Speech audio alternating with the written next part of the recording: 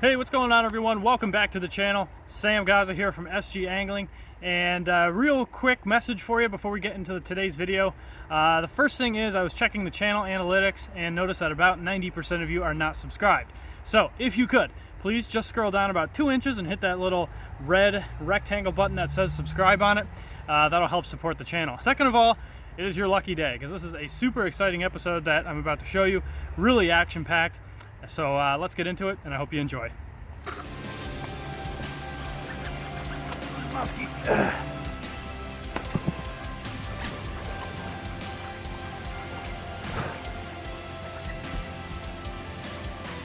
There's another musky. This seems like could be potentially a bigger one. Oh, dude! One of the most unbelievable strikes I've ever had boat side. They are absolutely annihilating this bait.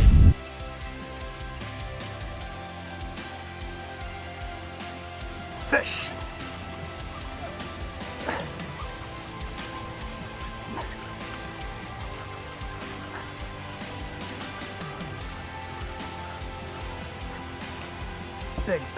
Big musky.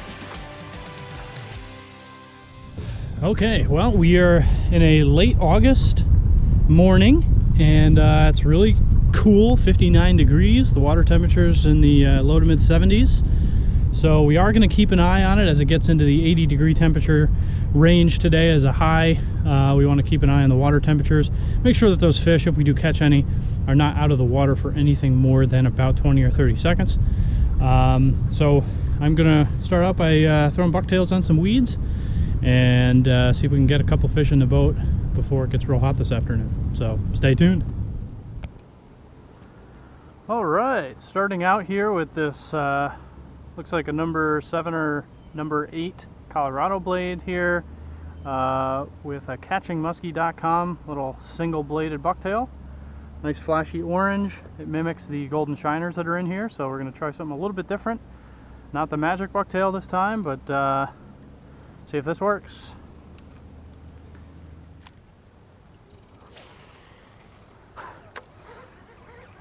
This guy over here to my right, I'm not going to say it too loud, but he hooked a seagull. That's pretty bad. How do you do that?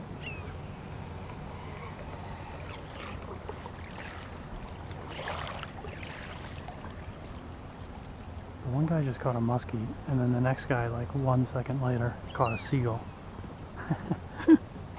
Oh boy, that's pretty funny.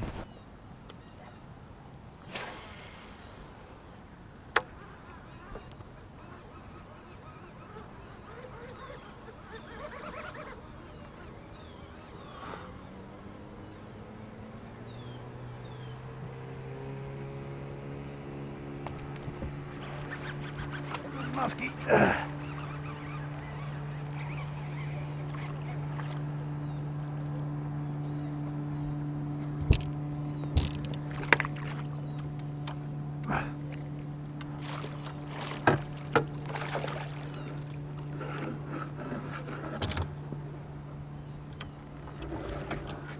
Alright, that's not a bad one.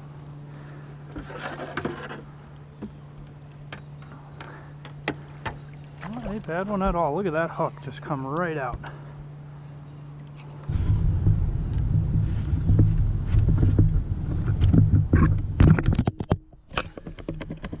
There she is. Nice fish in the low 30s probably. Beautiful fish. Alright, so what did I catch that fish with? Well, it's a small single-bladed bucktail made by catchingmusky.com. It's got kind of like a silver and orange skirt, but it's not a regular skirt, it's a holographic. It's got some really cool light transmission when the sun hits it. It's really sparkly, as you can see. And he did an incredible job airbrushing this blade. It's kind of got like a silver on the back and then like a silver / orange yellow on here. So the main forage species in this lake is golden shiners, so you got a little bit of a gold, a little bit of an orange, and then of course I added a little Mr. Twister to give it some extra erratic action, make it look super tasty.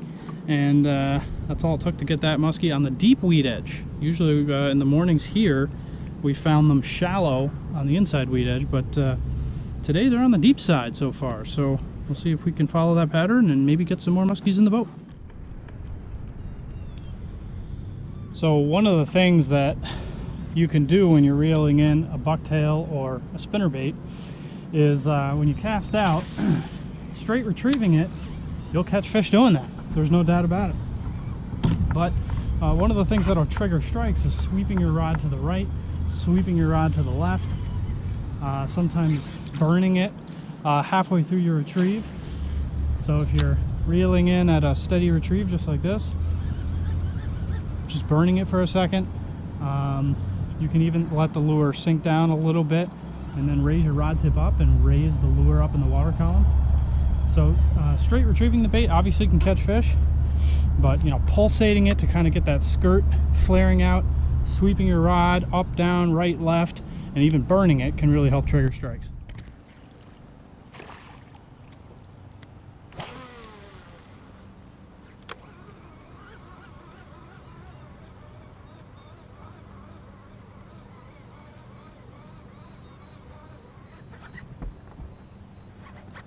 There's another muskie.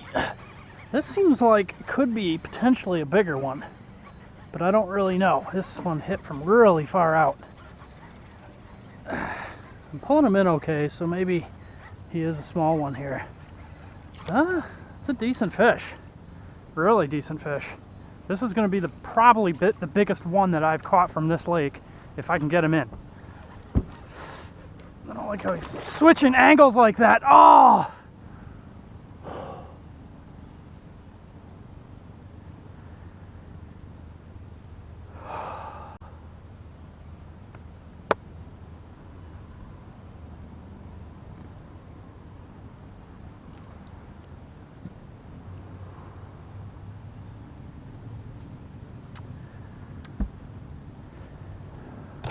It's a big fish for this lake. Okay, so I'm going to tell you guys something about why we lost that fish and some best practices for how to keep fish pinned a little bit better. And maybe don't learn from me on that one, because you could hear me say, I don't like how it's changing the angle, and I was having a feeling that that fish might come off, and it did. And the reason why is because the fish was hooked, and his mouth was like this on the lure, right? And if you noticed, I was pulling the fish towards the boat and his mouth came out. So he's hooked like this in the corner and his mouth comes out. Now, because I am in the boat and my line is pulling this way, it begins to pull the lure out of the fish's mouth. And then if you noticed, he came up with his mouth open and he even turned even more to the left. So it kind of took the bait and it almost pried it right out of his mouth, and you see he just took off to the right and the lure popped right out. So maybe the only way I could have kept that fish in is if I had brought him around to the left side of the boat and kept him pinned just long enough to get him in the net. It was going to be a very difficult one. I would have had to bring him over my cameras and it would have been a little tricky, but that may have been the only way. So he's barely hooked, but again, you don't want to have that fish turn its mouth towards you if possible, but try to keep it, you know, pinned the same way it was hooked, and hopefully that will help keep the fish on a little bit longer. So, hey, always things to be learned. For every several muskies you catch, you always lose one, so what can you do? One of the things I'm noticing pretty quickly is that the weeds out deeper are a lot healthier than the weeds up shallow. So the weeds out deep, if you notice, they're a lot greener. The weeds up there are more stringy, and it looks like they lost most of their leaf.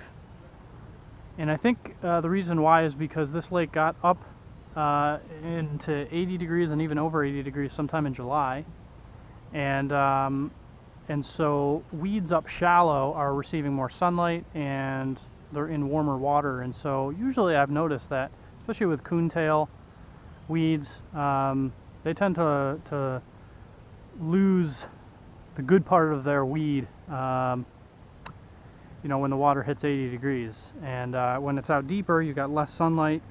The water's a bit cooler further down in the water column, and so you get healthier weeds. And maybe that's why muskies are hanging out here versus the super shallow areas.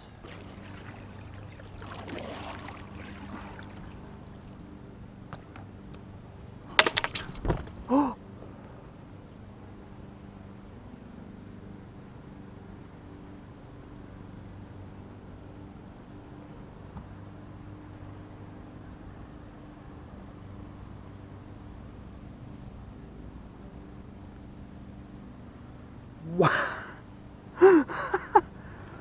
What in the world?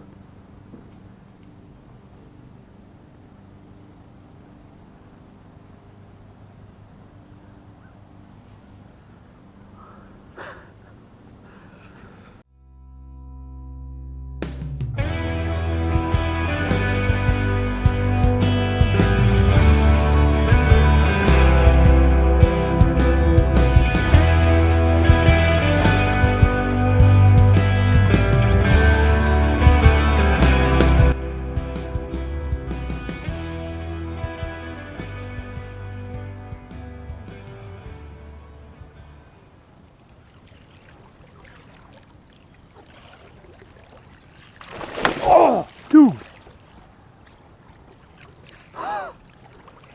That was one of the most unbelievable strikes I've ever had boat side. Even though it wasn't a massive fish, one of the most aggressive strikes I've ever had. Almost snapped my rod in half. Again.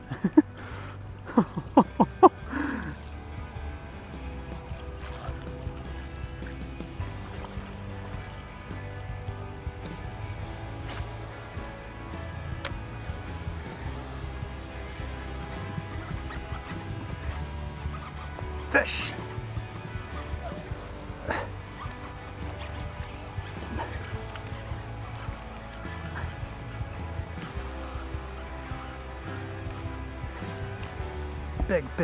Big musky.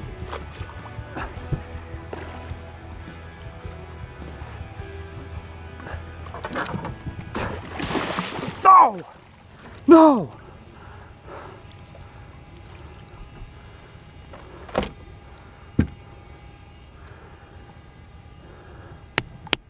No! Well, I lost another one.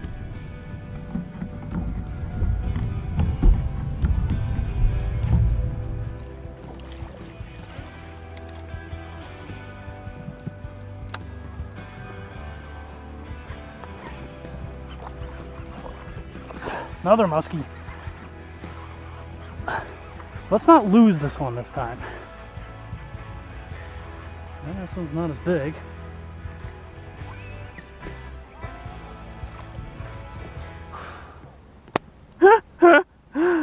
Oh my goodness, are you kidding me? That one I did not even change the angle on and it just popped off. Oh, wow. That was not as big, so it's not the end of the world that I lost that one, but the hooks are unbelievably sharp, like crazy sharp. And this extra one I put on here is also really sharp. I just put this one on.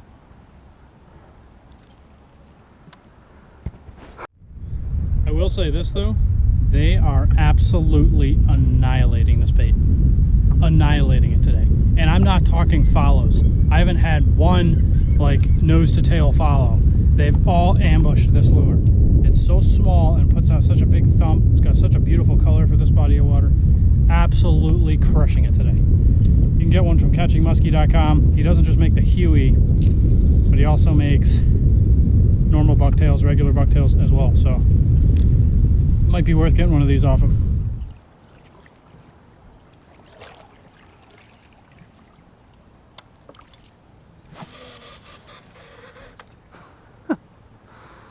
This reel yells at me more than my wife does. It needs to be oiled. Needs to be oiled. Alright, reel oil. I'm going to put a little oil in here on this side. Put a little oil in here on this side. And then cast out without hooking my cameras. And you see how quiet that is? Makes such a huge difference. Fixed.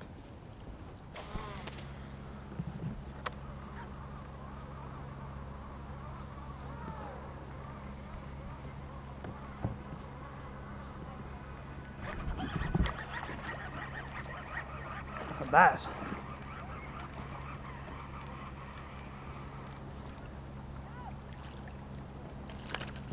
Bonus bass.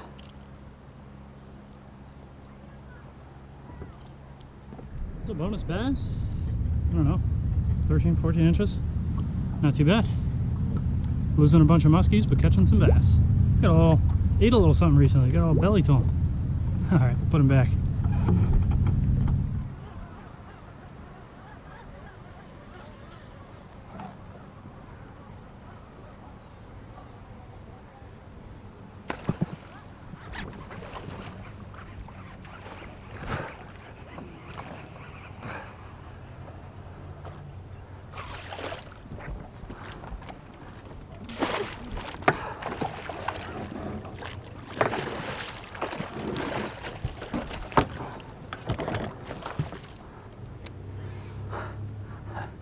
That fish hammered that lure.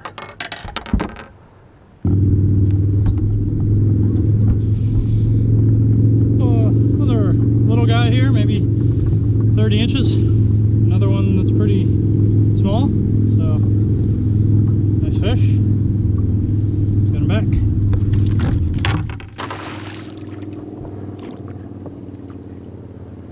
Well, goodbye then. You really want to go? Then goodbye. The water temperature is getting warmer. It is kind of getting closer to that 80-degree mark, and I don't want to unethically fish for muskies.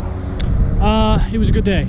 It was a good day and it was a bad day. It was a good day because we were able to get, I think, something like six muskie strikes in about 7 or 8 hours. 2 were in the net. 2 big ones got off. It is what it is. It was a good episode. Thanks for tuning in. We'll be back at this lake in a few weeks with my two brothers and my dad, so I'll be super excited for that. And yeah, that's all I got to say today. So thanks again for tuning in, and we'll see you next time.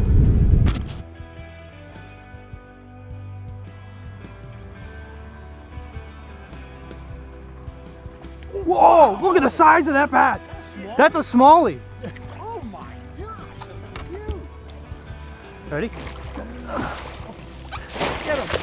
Oh wow, look at that net job. Wow. Wow, Look at the size of it.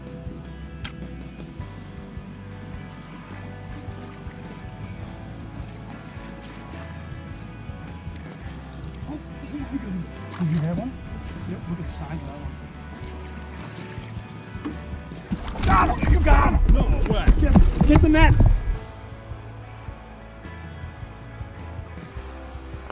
Go! Ready? Come on! Go! Musky!